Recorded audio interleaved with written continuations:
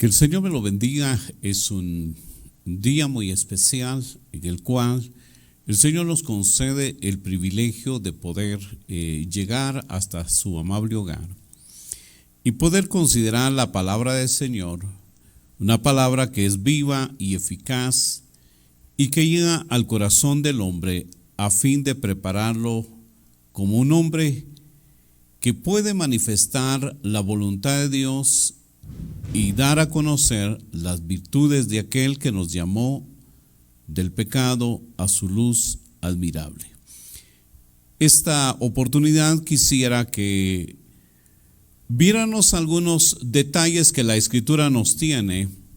En primer lugar, quiero que podamos reconocer que el propósito del Señor está relacionado con un tema bastante especial.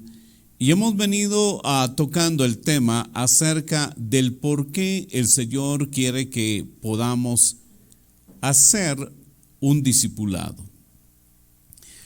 Este discipulado tiene algunas características importantes, como sería el de ir desglosando algunos detalles que nos pueden manifestar cuál sería la evidencia de ser un buen discípulo. Y para ello quisiera considerar el libro de Juan capítulo 21 y vamos a leer, le voy a leer un pasaje de la Escritura acá en el libro de Juan capítulo 21 versículo 17 en adelante. Este pasaje dice de la siguiente manera: le dijo la tercera vez: Simón, hijo de Jonás, ¿me amas? Pedro se entristeció de que le dijese la tercera vez: ¿me amas?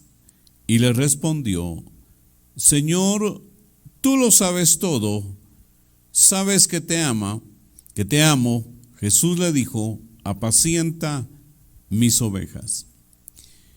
Esta pregunta, que se repite 3 veces, nos hace ver, en primer lugar, que entonces, como uno de los mandatos que Jesús establece, y lo vamos a ver más adelante, estaría el relacionado de cuál podría ser nuestra evidencia de decir que estamos realmente en un discipulado que es, diríamos, como lo dicen los niños, estamos aprovechando bien el tiempo, nos estamos esforzando por alcanzar a hacer aquello que el maestro nos enseña. Diría que lo más difícil de un discipulado está relacionado con que los alumnos no aprendan. Y yo creo que una de las cosas que Jesús está tratando de llevar al corazón de nuestros, aquí en este caso, de nuestros discípulos, de los discípulos de Jesús, nos hace ver que existe una pregunta que se repite 3 veces a uno de los discípulos más eufóricos que presenta la Escritura, a alguien que pudo experimentar cómo era caminar de manera sobrenatural sobre las aguas, pero que también pudo experimentar lo difícil que era negar al Señor. Sin embargo, a Jesús, antes de partir, les está comunicando algunos detalles que deben de ser claros para los discípulos. En este caso, Jesús está tratando de impregnar en el corazón del apóstol Pedro una idea fundamental de qué sería ser realmente el discípulo de Jesús. Y le pregunta estas 3 veces. Y le dice: Simón, hijo de Jonás, ¿me amas? Pedro se entristeció de que le dijese la tercera vez: ¿me amas? Y le respondió: Señor, tú sabes, o tú lo sabes todo, sabes que te amo. Jesús le dijo: apacienta mis ovejas. Ahora, si usted se da cuenta, hay aquí dos hechos fundamentales, como sería el preguntar si realmente se ama, y si se ama, ¿cuál debe de ser la actitud que se debe de tener en medio de esto? Quiero considerar que una de las cosas es que la Biblia presenta a Jesús como un buen pastor. Este simbolismo nos hace ver que esa actitud que toma el Señor de tomar el ejemplo de un pastor de ovejas conocido fácilmente en el ámbito de la vida de los israelitas por el tipo de cultura y de trabajo al cual en su buena parte de la población se dedicaba, como lo era el ser en esta parte, tratando de cuidar ovejas de tal manera que entonces el pueblo de Israel tenía una relación no solamente imaginaria, sino una relación continua de cuál era realmente las circunstancias en las que vivía el pueblo. Entonces, este paralelismo que se utiliza acerca de decir cuál era la actitud de este detalle, diría que hay un primer detalle que tendríamos que considerar: cómo comienza este desarrollo de este trabajo de Jesús, de esta meta que Jesús tenía en la vida, como sería realizar lo que hoy conocemos, su ministerio. Y la Biblia nos presenta, quizás haciéndonos ver cuál es el origen de esa razón por la cual el Señor realmente se interesa bastante por el pueblo, no solamente por el pueblo de Israel como el pueblo que a través de un hombre llamado Abraham creó las condiciones para que el Señor pudiera movilizarse, porque era un hombre que le creía a Dios, como lo vamos a ver también. Cuando Jesús comienza esa relación, la comienza exactamente porque hay en el concepto, diría yo, de todos los cristianos, de todos los judíos, de todo el mundo, que cree que el Señor es el dueño de toda la creación, nos enseña el libro de Juan, capítulo 3 y versículo 16, y nos dice: porque de tal manera amó Dios al mundo. Ese detalle de amor que Dios tiene por el mundo nos hace pensar entonces las razones por las cuales Dios ha puesto todo el empeño, todo el deseo que el hombre pueda restablecer su relación con Él. Entonces diríamos, no es el hombre el que busca al Señor, sino es Dios quien busca al hombre. El hombre como un rebaño que se ha dispersado, y después lo dice el Señor al pueblo de Israel mediante sus profetas y les dice: todos se descarriaron como una.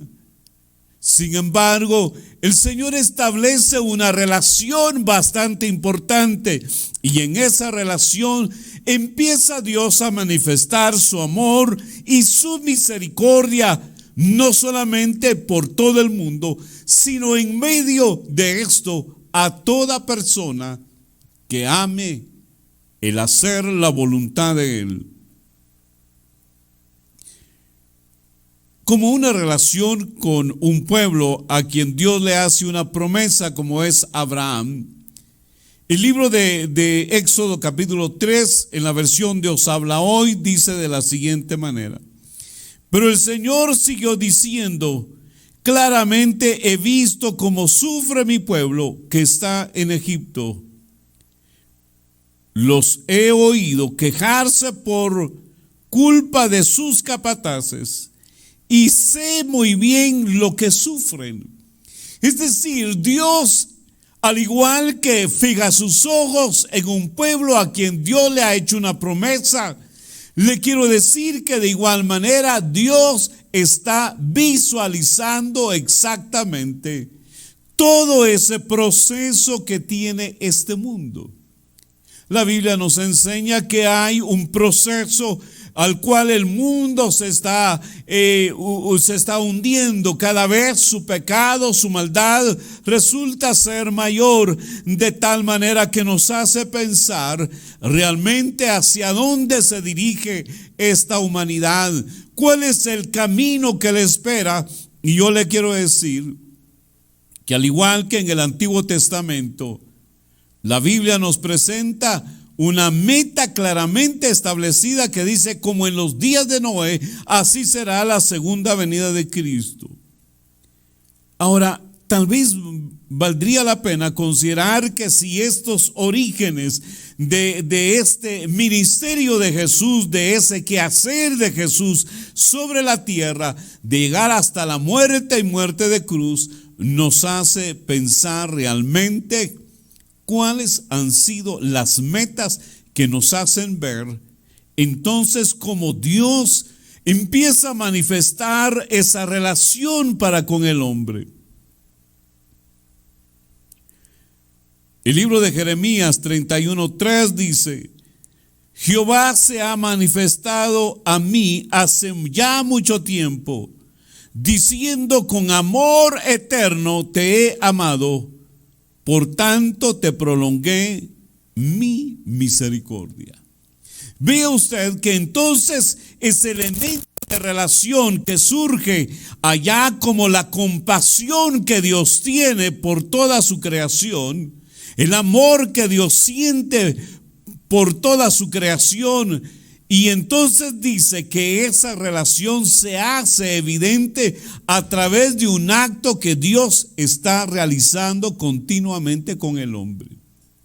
Y es que es esto lo que el Señor le dice a Jeremías, manifestándole esa relación que Dios desea, cómo establecer cuál iba a ser ese elemento de enlace que nos hace pensar que Dios ama tanto su creación. Y le dice a Jeremías: Jehová se manifestó a mí hace ya mucho tiempo, diciendo: con amor eterno te he amado, por tanto te prolongué mi misericordia. Yo quiero decirle esta oportunidad: el amor eterno del Señor es lo que nos hace visualizar constantemente ese desarrollo del proceso por el cual se ha extendido tanto la misericordia de Dios para con el género humano, no dándole conforme a la obra y a su maldad, sino más bien estableciendo una manifestación de amor y de gracia para con el hombre. Por eso, también en el libro de Crónicas, capítulo 16, versículo 41, en la versión Dios habla hoy, dice: también dejó con ellos a Emán, a Jedutum y al resto de los que fueron escogidos y designados por nombre para cantar: den gracias al Señor, porque su amor es eterno. Israel lo empezó a visualizar siempre que ha tenido la oportunidad, Israel, de conocer, dejar que Dios se mueva, ha conocido que el amor y la misericordia de Dios también es eterna. Y te quiero decir que Dios no nos ha pagado a nosotros los gentiles, a todos aquellos que un día estábamos sin Dios y sin esperanza, no nos ha pagado conforme a la multitud de nuestros pecados y de nuestra maldad, sino que hay una necesidad de reconocer que cuando el hombre le muestra a Dios cuando el hombre le muestra a Dios su gratitud, la misericordia, su misericordia de Dios se hace profunda y evidente en la vida del ser humano.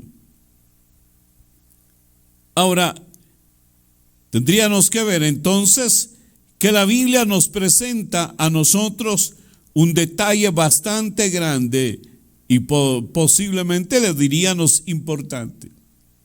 Bueno, no posiblemente, sino le vamos a llamar importante. En medio de ese proceso, en medio de estas circunstancias del amor y de la misericordia de Dios, tendríamos que ver entonces cuál es nuestro papel en este mundo. Ahora, Jesús, cuando estuvo en esta tierra, hizo algo bastante evidente. Hizo tantas cosas que el hombre a veces se equivocó realmente el deseo de decirle que Él era verdaderamente el pan del cielo y les dio de comer. Él dijo que era realmente su sanador y sanó a muchas personas. Que Él realmente era la paz y dejó las instrucciones para que el hombre pudiera tomar para sí esa muestra, esa evidencia enorme de cómo se transmite la paz. Sin embargo, para que esto pudiera ser continuado, podríamos decir que entonces la iglesia o los creyentes en el Señor tendrían que reconocer que hay un encargo específico de Dios. Y ese encargo específico de Dios lo vamos a encontrar como lo dice el libro de Mateo capítulo 28, los versículos 19 y 20. Y dice de la siguiente manera: vayan pues a las gentes de todas las naciones y háganlas mis discípulos. Ahora, este encargo estaba relacionado en decirles: yo estuve presente con ustedes, yo les manifesté mi gloria, yo les manifesté ese amor que se traduce en una vida de relación con Cristo. Y entonces les dice a sus discípulos: ahora ustedes van a hacer esto que es lo que las personas necesitan. Hagan los discípulos, hagan los alumnos, lo voy a traducir de esta manera, háganlos como alumnos de ustedes. Empiecen a manifestar lo que Dios desea para con cada uno de ellos. Así como ustedes han sido testigos de todo lo que yo he hecho, y los he llamado, los he apartado, les he dicho que quiero que estén conmigo a fin de que puedan cumplir lo que hoy les estoy encomendando. Si alguien le cree al Señor Jesús, que es su Salvador, no puede retener un mandato que Dios le ha establecido, porque es la multiplicación de aquel detalle que está relacionado con el amor eterno que Dios le tiene al hombre. Dios siempre ha sentido compasión cuando el hombre se pierde, y eso mismo quiere Dios que el hombre pueda sentir por la humanidad también. Todos nos hemos descarriado a una. Es decir, nada de lo que hoy pudiéramos experimentar podríamos decir que el lado bueno de Dios siempre ha estado vigente para con nosotros. Aun cuando seamos malos administradores, Dios nos sigue proveyendo recursos, y la evidencia podría ser compararla con un padre como aquel padre del hijo pródigo. Un padre que después de que el hijo le pide todos sus derechos, que no era realmente un derecho, sino más bien era la manifestación del amor del padre para con un hijo, porque el padre todavía no estaba muriendo. Esa ofensa podría ser calificada para una cultura judía como la ofensa que el hijo le estuviera haciendo al padre, de decirle: quiero que te mueras para que pase lo que a mí me corresponde, a mi poder. Sin embargo, cuando ese padre ve y que el hijo va, sabe exactamente cuál va a ser el problema que va a vivir este joven alejado de una dirección, de una provisión que Dios le dé, de una guía que Dios le puede proporcionar, va y derrocha todo. Te quiero decir que es lo mismo que hoy está haciendo o estamos haciendo en algunas oportunidades con los recursos que Dios pone en nuestras manos. Sin embargo, aquí hay un detalle al cual debes de tú de parar, porque todavía tienes la oportunidad, mientras tengas vida, tienes la oportunidad de hacer una reflexión en tu vida y decir, como lo dijo este joven: he pecado contra el cielo y contra ti. No soy digno de ser llamado tu hijo. Hazme como uno de tus jornaleros.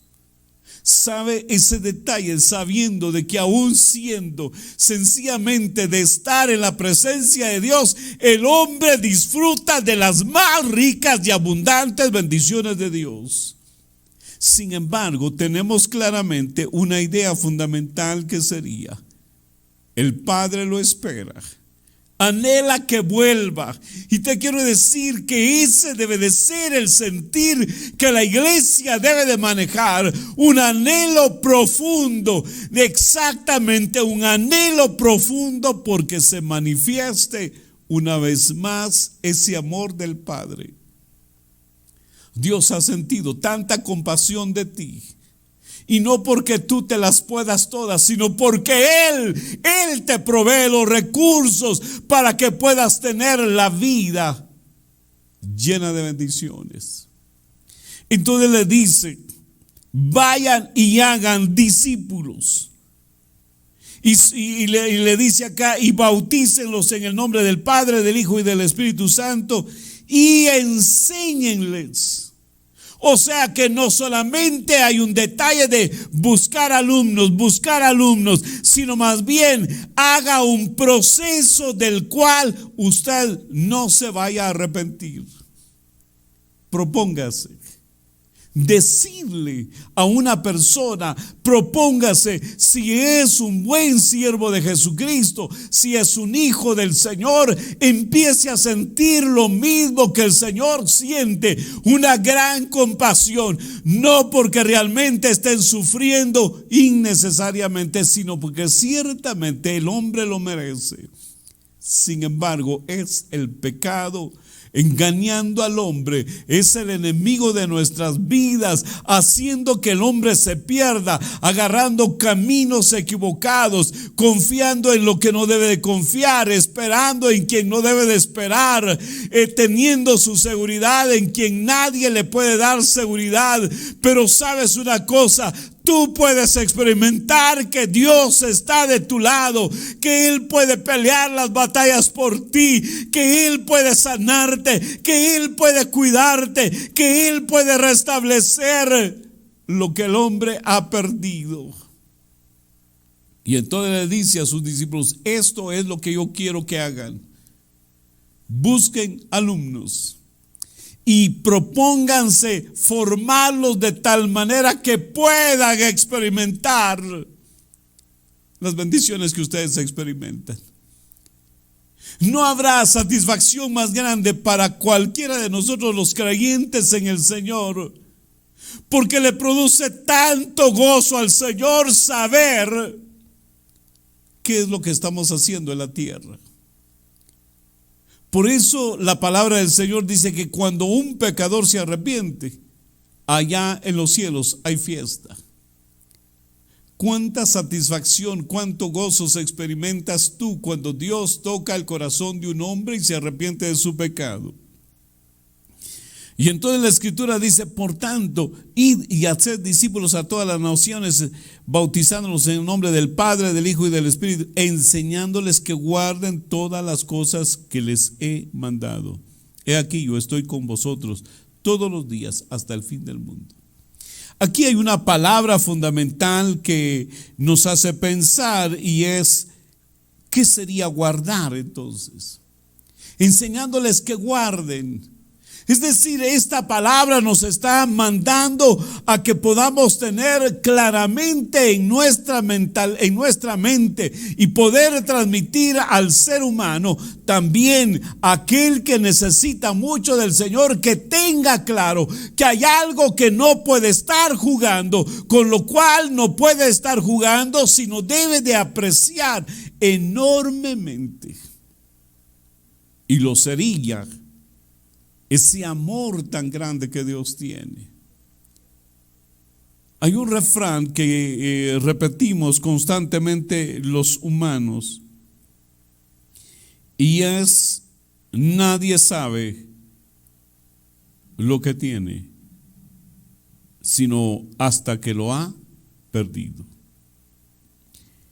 Esta palabra de teros, que es la que se utiliza en esta enseñanza de guardar, está relacionado en primer lugar con mantener los ojos bien abiertos. Por eso el diccionario de Strong lo define de la siguiente manera. Dice: guardar de pérdida o daño propiamente por mantener el ojo bien o sobre, pero también se podría decir prevenir que escapen, o implica una fortaleza o líneas completas de millares, es decir, notar, cumplir con un mandato o el de tener custodia. Ahora, este detalle de mantener custodia no es para decir aprópiense, sino más bien aquello que ustedes les están diciendo: si esto es de ustedes, cuídenlo y no agárrenlo y olvídenlo. Es decir, y olvídense de la provisión de quien les está proveyendo, sino más bien les está diciendo: aquí está, ahora fijen sus ojos en esto de gran valor que ustedes tienen. Guardar de pérdida, de daños, aquello que está debidamente considerado. Y por eso la palabra enseñar está relacionado con otra palabra que es considerada la palabra didasco. El didasco lo que nos da a entender es que se debe de enseñar, instruir o aprender. Es decir, que habría algunas relaciones que tendríamos que considerar. En el caso de aquellos pequeños, lo que tendríamos que hacer es empezarles a dar una práctica de tal manera que sería una repetición, de tal manera que aunque no procesen en su pensamiento aquello, sepan que es algo importante. Pero el enseñar, diríamos que está relacionado con la persona que debe de hacer uso de los mejores métodos a fin de que su alumno pueda ser la persona que agarre y se forme. Muy bien, entonces la Escritura nos hace pensar en esos dos detalles, porque nos hace ver y les dice: por tanto, vayan y hagan discípulos, enseñándoles que guarden las cosas que yo les he mandado. Fíjese que la palabra que entonces aquí nos permite reconocer como un encargo, nos hace ver entonces que hay un propósito de parte de Dios. Y esto es manifestado desde los principios en la creación, porque el libro de Génesis capítulo 2 y versículo 15 le dice a Adán y Eva: cuando Dios el Señor puso al hombre en el jardín de Edén para que lo cultivara y lo cuidara. Ahora, ese detalle de cultivar y cuidar, parece que hoy el género humano, por el individualismo que hoy está manejando, por una cultura que nos hace pensar que nosotros debemos de centrar en nosotros mismos toda la atracción, a eso el mundo le está considerando de manera disfrazada, diciéndole: eso es humanismo. Pero yo te quiero decir que este detalle no es el diseño de la creación de Dios. El diseño de la creación de Dios es que el hombre cuide de la creación de Dios, pero también cuide de su prójimo. Entonces el discipulado tendría un propósito bien definido, que sería el de cuidar y el de cultivar. El libro de Génesis capítulo 4 y versículo 9, surge una pregunta en donde ya un hombre empieza a tratar de decir: yo no quiero pensar en cuidar de nadie. Vea usted lo que dice la escritura. Y Jehová dijo a Caín: ¿dónde está Abel tu hermano? Mire, yo le quiero decir lo siguiente. La idea fundamental entonces es que Dios un día te va a preguntar: ¿dónde está lo que yo puse en tus manos? ¿Dónde están tus hijos? ¿Dónde está tu sociedad? ¿Dónde está tu país? ¿Dónde está la iglesia en donde Dios te puse a desarrollarte? Ahora vea usted cómo reacciona Caín. Cuando el pecado y la maldad empieza a corroer la vida del hombre, seguramente que puede ser capaz de contestar de la siguiente manera: y él respondió: no sé, ¿soy yo acaso guarda de mi hermano? Ahora vea usted cómo la escritura nos está diciendo que Caín, la respuesta de Caín es: ¿yo qué tengo que ver con mi hermano? Sabe, desafortunadamente, el hombre no entiende los planes y los propósitos de Dios. Jesús, cuando habla acerca de los procesos que tenemos que hacer los unos para los otros, el apóstol Pablo le empieza a enseñar a la iglesia gentil y le dice: oren los unos por los otros, cuídense, les está diciendo. Amen a su hermano, no sean egoístas, no piensen que solamente ustedes son el centro de atracción. Dios es el centro de atracción y el hombre debe de aprender a cuidar de todo lo que Dios ha hecho, porque Él lo creó y no nosotros nos creamos. Y aún la Biblia nos enseña: no nos hicimos nosotros a nosotros mismos. Ahora, aquí hay algo que tendría que considerarlo usted, que sería, porque dice la escritura que cuando Jesús le dice esto de cuidar, el apóstol Pablo nos enseña acerca de la necesidad, fíjese mi hermano, de orar los unos por los otros, de velar, y se le habla allá en el libro de Hebreos a los miembros y a los pastores, y se les dice: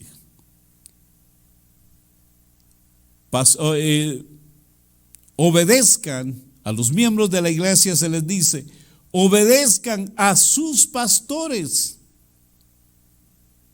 porque ellos cuidan de ustedes. Vea usted la responsabilidad, una vez más, de utilizar un paralelismo que el Señor utilizó y dijo: yo cuido a mis ovejas. Pero también le pide a la iglesia que los discípulos de Jesús deben de aprender a cuidar y a enseñarle a guardar las cosas que Él ha mandado. Porque aquí hay un detalle. El libro de Juan capítulo 10 y versículo 10 dice de la siguiente manera: el propósito del ladrón es robar, matar y destruir. Mi propósito es darles una vida plena y abundante.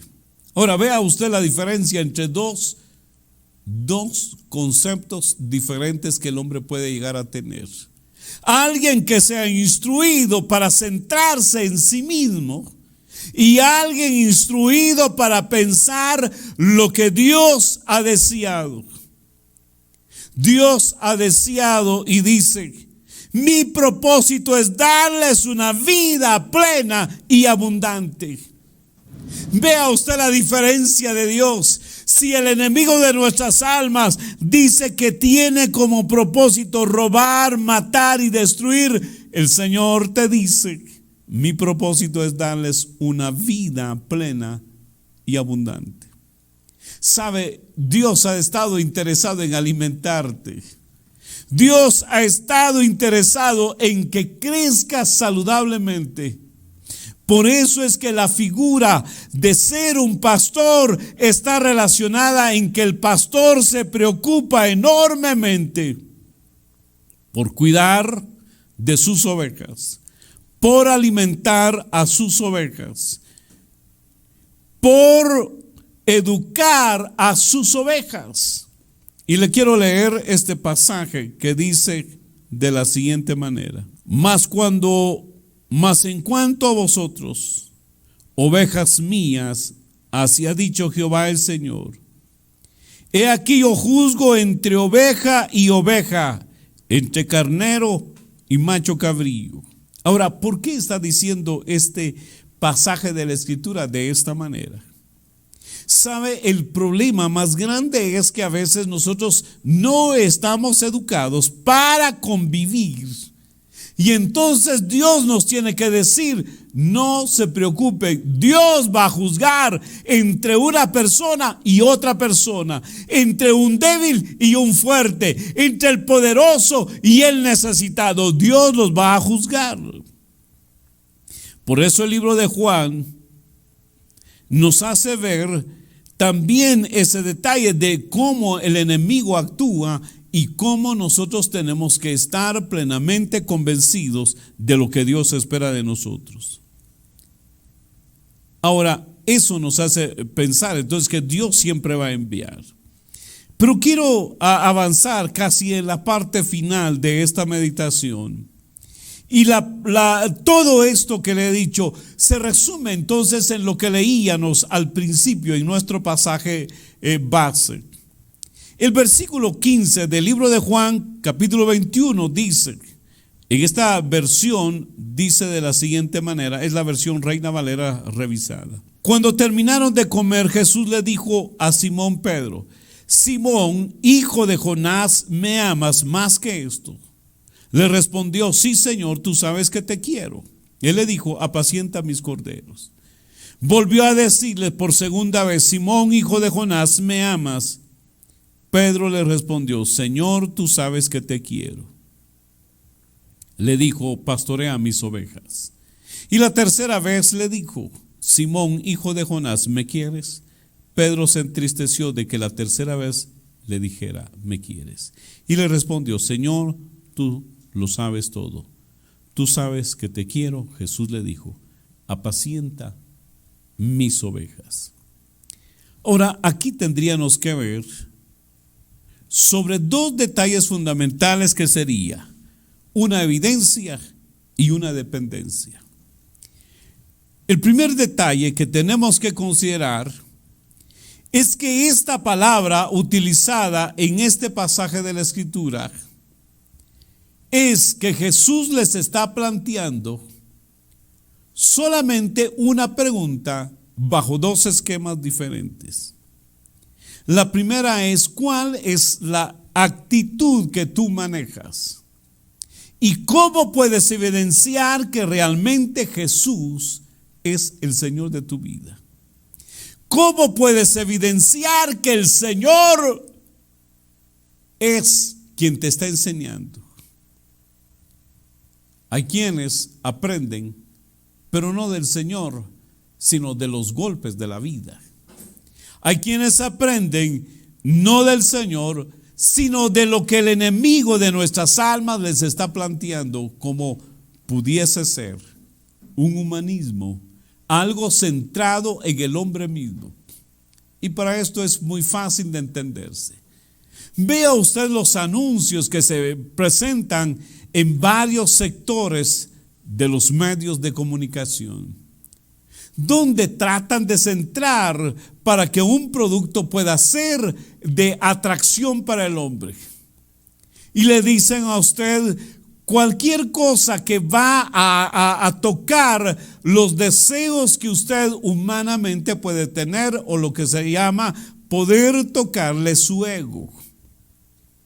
Pero Jesús le está diciendo, aquí si eres mi discípulo, vas a tener claramente dos cosas, una evidencia y una dependencia. La evidencia clara en medio de todo esto es, ¿cuál debe ser la actitud de todo discípulo? Le dice, si me amas, Pedro. Y yo quiero hacer énfasis en estas palabras que aparecen acá. La primera palabra es que le dicen, si me amas, entonces vas a hacer esto. Y ¿sabe qué es lo que llama la atención? Y es que cuando le dicen, Pedro, me amas, lo hermoso de todo esto es que le utiliza a Jesús dos palabras. Y Pedro también contesta con una palabra, con dos palabras también. Que hoy las traducimos nosotros como te quiero o te amo. Y estas dos palabras son las palabras el fileo y el ágape o el agapao. Y estas dos palabras lo que tratan de enfatizar es una intensidad de lo que nosotros decimos.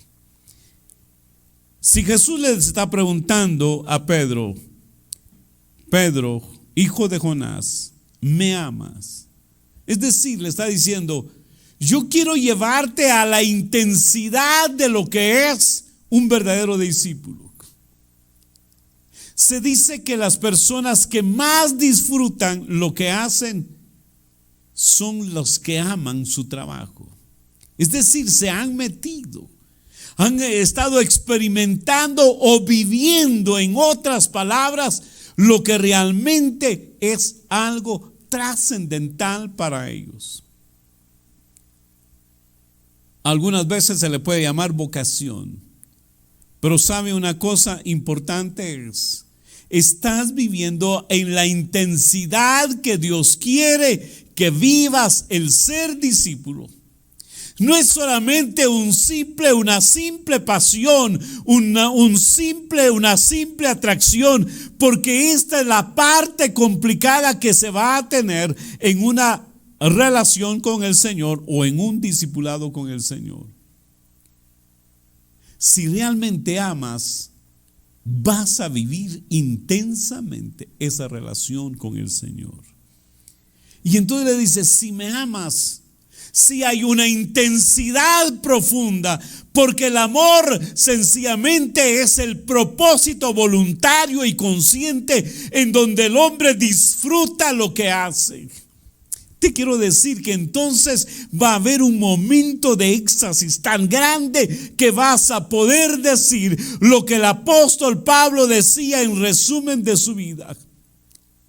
Si vivimos para el Señor, vivimos, y si morimos, también morimos para el Señor. Por eso ni lo alto, ni lo bajo, ni lo presente, ni lo porvenir, ni nada me apartará del amor de Dios. La intensidad de ese discipulado había llegado a su máximo esplendor. El amor. Pero ese amor se disfruta. Y yo te quiero decir que si sientes muchos problemas con pensar en lo referente a lo que pudiera ser una obligación, te quiero decir que estás en los niveles más bajos de lo que pudiera ser un discipulado. Y si tienes la menor intención, te quiero decir que ni siquiera estás experimentando lo que es ser un llamado a ser discípulo del Señor. Y entonces acá, esas dos palabras, el ágape o agapao y el fileo, los vamos a ver de la siguiente manera. Y dice así: el fileo es ser amigo de, tener afecto o tener un apego personal como un asunto de sentimiento o emoción. Es decir, hermano, hay cosas que te alegran de una persona. Hay cosas que te alegran de una persona. Te motivan, lo voy a decir de esta manera, te motivan de algunas personas. Regularmente el hombre se adquiere una relación de amistad con una persona o se hace de un noviazgo porque siente atractivos. Pero cuando se ama, diríamos a algunos, mire, el amor se va construyendo, dicen algunos acerca del tema matrimonial, y dicen, cuando el hombre empieza a darse cuenta que ama, es porque la esposa, el esposo le ha evidenciado que tiene un espacio primordial en su vida. Y ese espacio primordial no está relacionado sencillamente con las emociones y sentimientos. Si me la haces, yo respondo de esa manera. Algunos dicen de una manera tan trivial esta palabra, diciendo amor con amor se paga, pensándolo en las emociones, pero alguien podría decir, mire, el amor necesita una evidencia de amor. Te quiero decir de esa manera. Entonces, esta palabra de fileo sencillamente está relacionado con tener un afecto o tener un asunto de sentimiento. Pero el agapao o ágape lo describe como ejemplo, dice, la actitud de Dios para con el hombre o para con su hijo, hacia la raza humana en general y hacia aquellos que creen en el Señor Jesucristo en particular. O sea, ese agapao, ese ágape, que es la traducción de lo que pudiéramos ver en todo tiempo, la vida de Jesús. El amor cristiano tiene a Dios como principal objeto y se expresa ante todo en una implícita obediencia. Ahora, entonces esta palabra ágape o agapao, entonces se llega a una parte final que sería, si tienes algo intenso de relación con el Señor, le pide dos cosas bastante tremendas que sería, apacienta mis corderos. Y en la otra le dice, pastorea mis ovejas. Y en la tercera le dice, apacienta mis ovejas. Aquí hay dos palabras también que podríamos considerar que algunas veces se han utilizado indistintamente. El apacentar y el pastorear. Las dos tienen mucha relación porque nos hablan de una idea fundamental de llevar las ovejas a un lugar donde puedan alimentarse.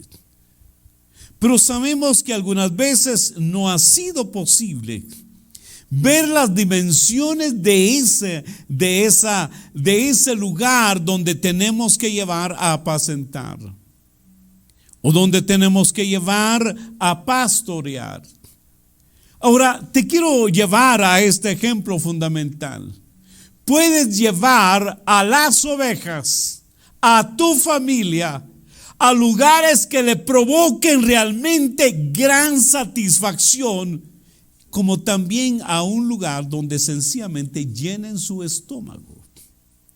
Pero te quiero decir que además de todo eso, por eso David cuando habla acerca de este detalle dice, el Señor es mi pastor, nada me faltará, en lugares de delicados pastos me hará descansar y junto a aguas de reposo me pastoreará. Hacia ahí quiere llevarte el Señor. Hacia eso quiere llevarte el Señor, a lugares de delicados pastos. Pero te dice lo mismo, así tienes que aprender a hacer. En esta oportunidad,